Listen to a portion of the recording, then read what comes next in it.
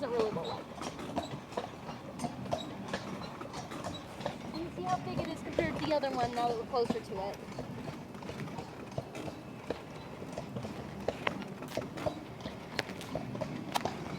Over here to the left is the back of Georgia Sea Turtle Hospital. Sometimes after the turtles get surgery, they come out here to recuperate, so they put little wet towels around them and let them walk around in the grass. You know, that's funny, but you're right. It is really happening.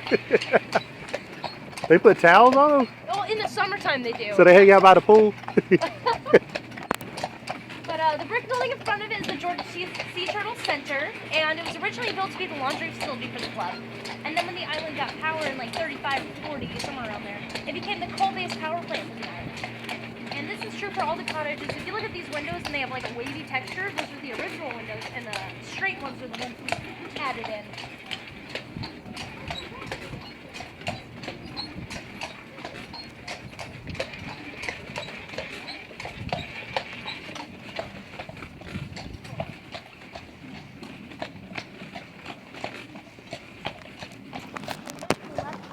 Well that they used when it was a laundry facility. And over here on the ground on Pier Road, you can see a bunch of little brick outlines. These were little shops that we had in the 1900s. Like a candle maker, canning area for leather, or meat processor. Any little 1900 shop, that's what was on Pier Road. Oh, that's cool. But, all these little bricks. Did not survive when the state left this area alone for 36 years, so they just tore them down and replaced them with a brick outline as to not lose whole history. Oh, gotcha. But up here are going to be the ones that did survive. They sell little tourism gifts, handmade items, snacks, sweets, and etc. But I can tell you what they were used for when they were little shops in the 1900s. The sweet shop somewhere around here. Oh yeah, I'll tell you what that one was used for too. For reference, the Club Hotel is right across the way over there, so it was within walking distance, and this was the central hub of town. Over here to the right was the commissary. It was basically the grocery store or the Walmart for the island. That's a little Walmart. And the closest thing we have to this is our Jekyll Market in the shopping district by the Mound.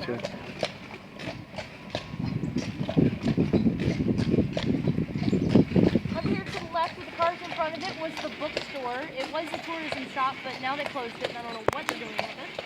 Across the street with the tin roof was the Carriage house. Over here to the left was and still is the working post office. To the left of the post office there was the tax office. And to the right here in front of us is the dining hall bookstore. It was so small because, like I said, they lived here year round and they didn't make dining a big deal like millionaires did. They didn't dress up in fancy suits and they surely didn't need a giant building to eat in. That's surprising, isn't it? Something so little for people so wealthy. Like I said, you just came here, made food, and left. So, but the servants lived here year round. They weren't the wealthy ones. Over here to the right is the skeet house. It was the hunting shack for the servants. It was found about 7 miles south of here in the 80s, brought over and refurbished.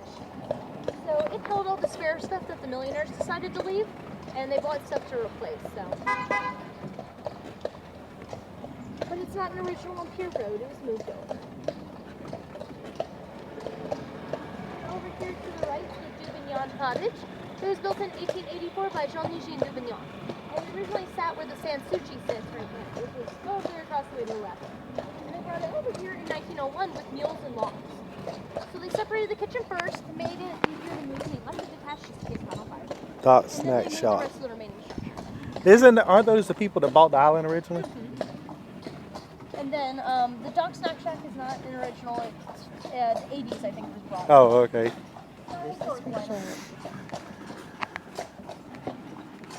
Looks like a guardhouse or something.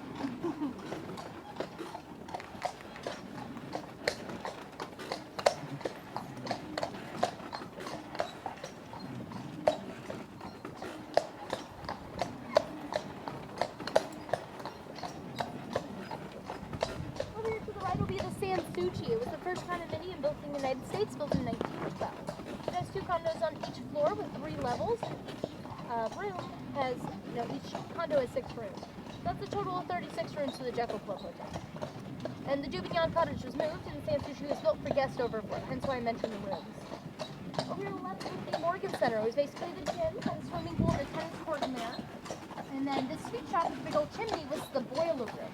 It's what heated the Sanssouci and the Morgan Center via underground brick tunnels, which were accessible through that little white shack right there. And I think we're accessible because they closed them up in the 80s. A bunch of shady stuff happen. I wouldn't be surprised. But those are some small tunnels. I mean, like 6 by 3. So. I want to go in them. The San Suchi is now rentable through the Club Hotel, and it's actually the only pet-friendly rentable location in the historic district. And the Morgan Center is now a meeting place. It's rentable through the Club Hotel, but not to sleep in for parties. This swimming pool was closed up in the 80s as well.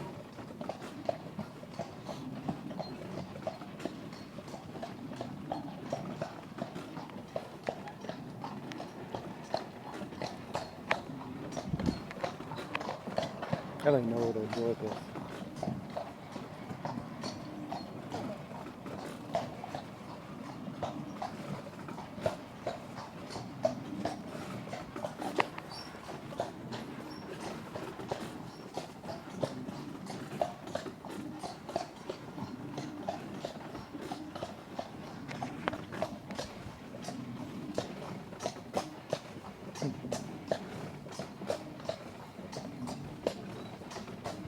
Coming up on the back of a bunch of cottages, and I'll tell you more about it when we get on the Rockefeller Drive up there and we're able to see the front of it. But if you look at the back of Rockefeller Indian Mound here, it's a perfect example of how detrimental fire was.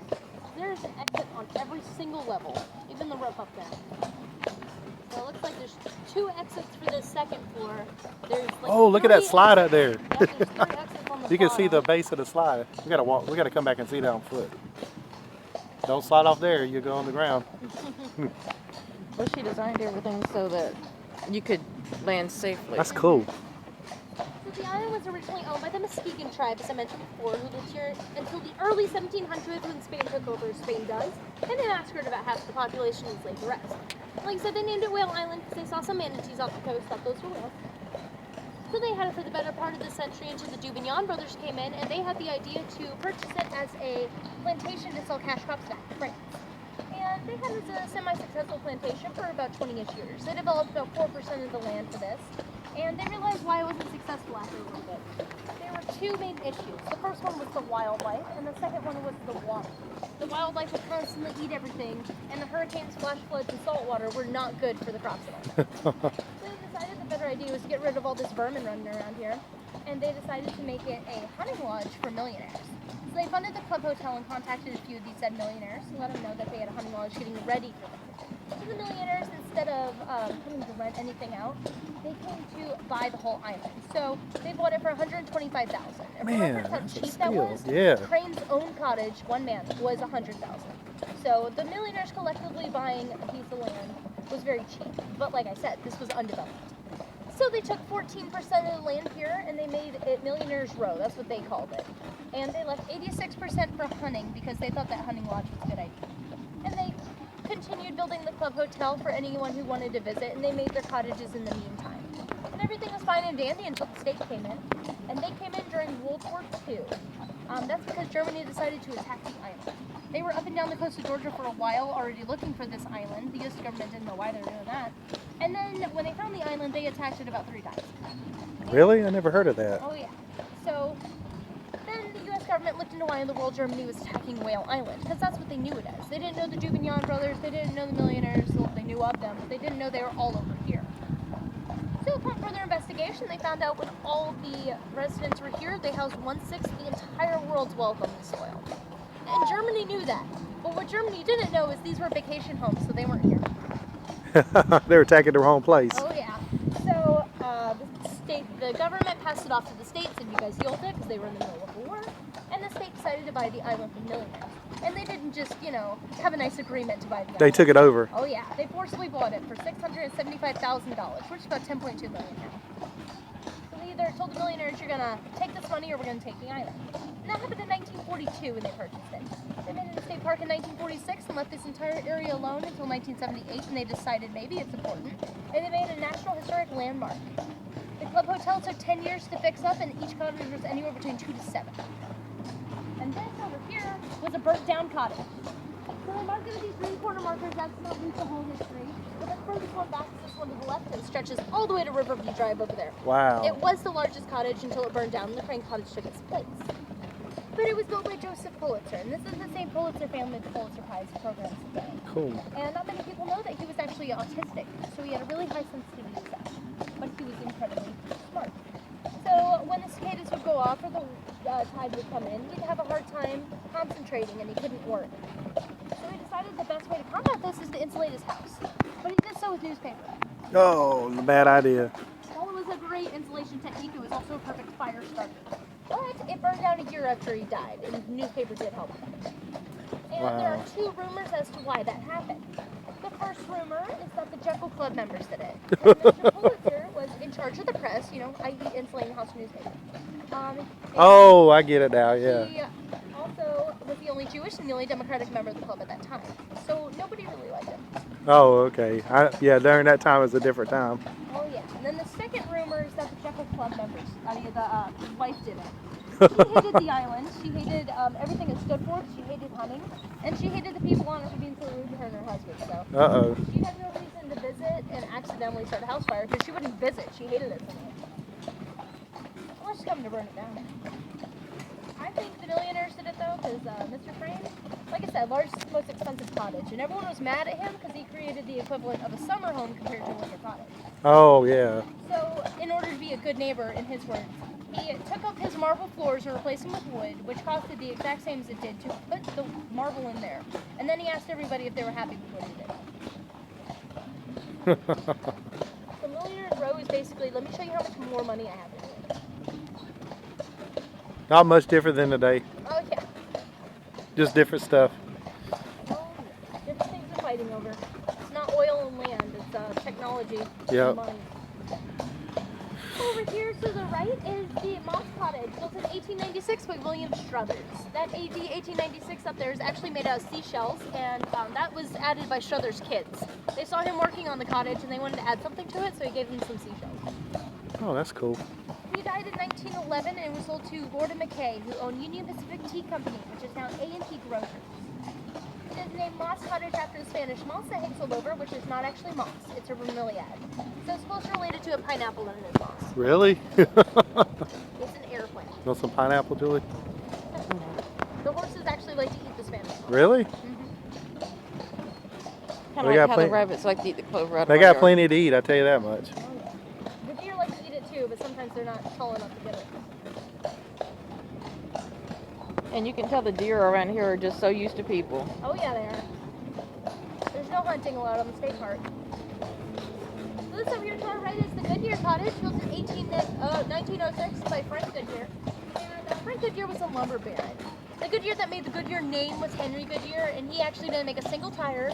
He was a chemist. He just made the rubber. Steelberg was the tire man. Oh, okay. So Frank made his money by investing in the railroads and redirecting them to go right by his lumber mills. He died a year after his cottage was completed, so we only got to spend one vacation season for 3 months in here. And this is now an art gallery if you guys want to go in there to look at and or purchase art, or look at the architecture and say you're looking at art. But it closes at 4 o'clock. Gotcha. Over here to the right is going to be the Mistletoe Cottage, built in 1900 by Pennsylvania's U.S. State Representative Henry Porter. These 4 doors in the front have a mechanism inside that opens them up at one time, which was a really big deal in 1900 when this was made. Porter made his money by playing both sides in the Civil War. He invented boots that didn't have a left or a right, they were really uniform, and he sold it to North's government without South and the South's government without North. We call that profiteering today. War profiteering. Who was it? J.P. Morgan, I think it was. Yeah, he had a house here too. He sold oil to Germany for their tanks. Yeah, until they stopped it. J.P. Morgan put his finger in almost every pie, including a few he shouldn't have. Oh yeah, he did. So this over here is the Rockefeller's Indian Mound Cottage, built in 1892 by George Macy, and it's the same Macy family that Macy chains today. Rockefeller's the one who added this whole front section right here, which he did for his wife because she said it wasn't pretty enough. And he lowered this mound out here, which was about 10 feet high, and he did that for his wife because she couldn't see the ocean. The first transcontinental phone call also took place outside of this cottage, where there's no parking sign coming up right there. The phone booth is now in the Mosaic, our history museum, if you guys want to look at it. The members included Theodore Vail, Woodrow Wilson, Thomas Watson, and Alexander Graham Bell. The phone call was scheduled to be made in Savannah, but Theodore got injured on an oyster bed. So they shipped the phone booth here, because he was confined to the island until he healed, and they made the call here. Oh, wow. And the first phrase that's come through on that is, "Can you hear me now?" Over to the left is the wharf. It was the only way in and out of the island. It now holds a restaurant, latitude 39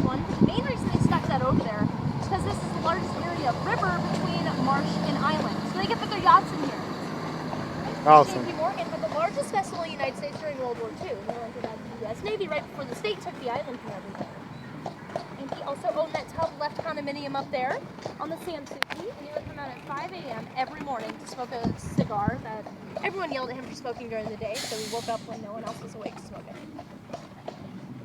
And then our final one is the Annex right over there to the right. It was built in 1901 to sustain guest overflow. The club hotel itself had about 2,000 rooms, but then the club hotel added an extra 200. Well, like I said, that still wasn't enough. So they moved the Juvenile and built the San Souci and added 36 to that extra 200, and apparently 236 was good enough. Alright, give me a second, guys. I'll be able to let you guys know what safety officer.